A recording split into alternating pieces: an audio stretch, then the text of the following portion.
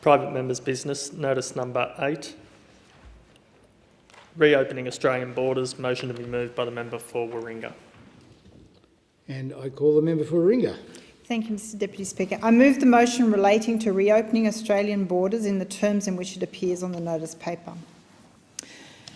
I must sadly, when I filed this motion last week, ahead of any announcements from Victoria, I was sadly, obviously, feeling that COVID was not done with us yet, and in fact the lack of long-term planning by the government was going to rear its head in yet another way. I stand here today on behalf of the people of Warringah because they're calling for a roadmap in how we are going to deal long-term with COVID.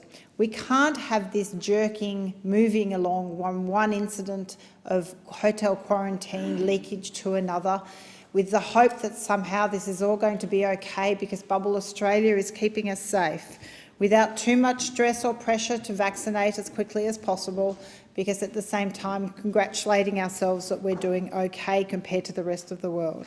We need to have a discussion about Australia's long-term plans. Variants of COVID could be with us for up to 4 to 6 years.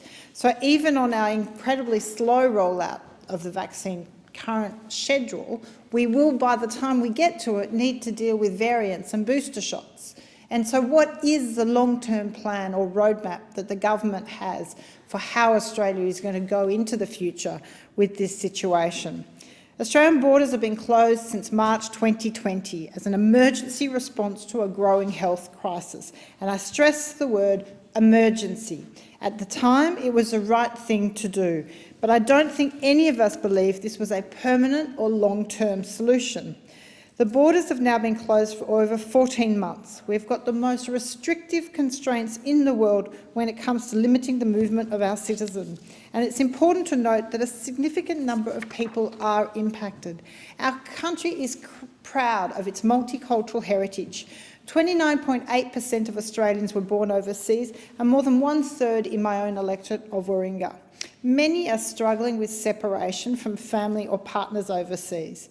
Businesses in my electorate, particularly tourism operators, are suffering because of the lack of workers. Across the economy, sectors are struggling because of closed borders such as tourism, universities and agriculture. And as we've seen with the breakout of COVID again in Melbourne, we are not done with breakouts. We absolutely must put in place a long-term plan. Visa holders, dual citizens are considering leaving Australia as the extended separation from family members is causing distress. I've asked for the Minister and the Government to consider extending travel exemptions to family members, to parents and to visa holders, but it's a deathly silence in terms of having a more compassionate approach. Prospective marriage visa holders have paid upwards of $10,000 for visas and they've not been granted exemptions to join their fiancés. More compassion and flexibility has to be shown, and there are solutions available. Of course, first, we need a comprehensive vaccination rollout plan. This really should be the #1 priority the government should be focusing on.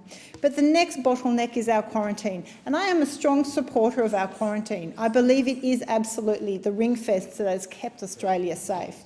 But we must make it fit for purpose. We need to have federal quarantine facilities in each state, not in hotels, in fit-for-purpose facilities without shared air conditioning. This has to be done. The reality, living with COVID, is going to mean some form of quarantine for some foreseeable future. And so we must invest in that capacity, because we can't have a situation where Australia is indefinitely on pause. The economy is going to have to, we need to reopen, not all at once, but we have to have a gradual reopening so that sectors can survive, from travel agents to agriculture, to so many areas. We have capacity to increase our quarantine. We know that Howard Springs the government has now agreed to extend from 800 to 2,000 person capacity, but Jane Halton's review indicated it could go to 3,000 people. And then we know that all of our breakouts have been that leaks. Hotel quarantine currently takes approximately 6,000 people nationally. We need to double or triple that capacity so that we have an opportunity to actually recover the Australian economy and actually reopen. Young people are facing a lost decade if we continue with a complete lack of roadmap and planning around the future of Australia. We need to do it safely, smartly, and at the moment it's like the government is just ignoring the long-term issues. I thank the member for Warringah.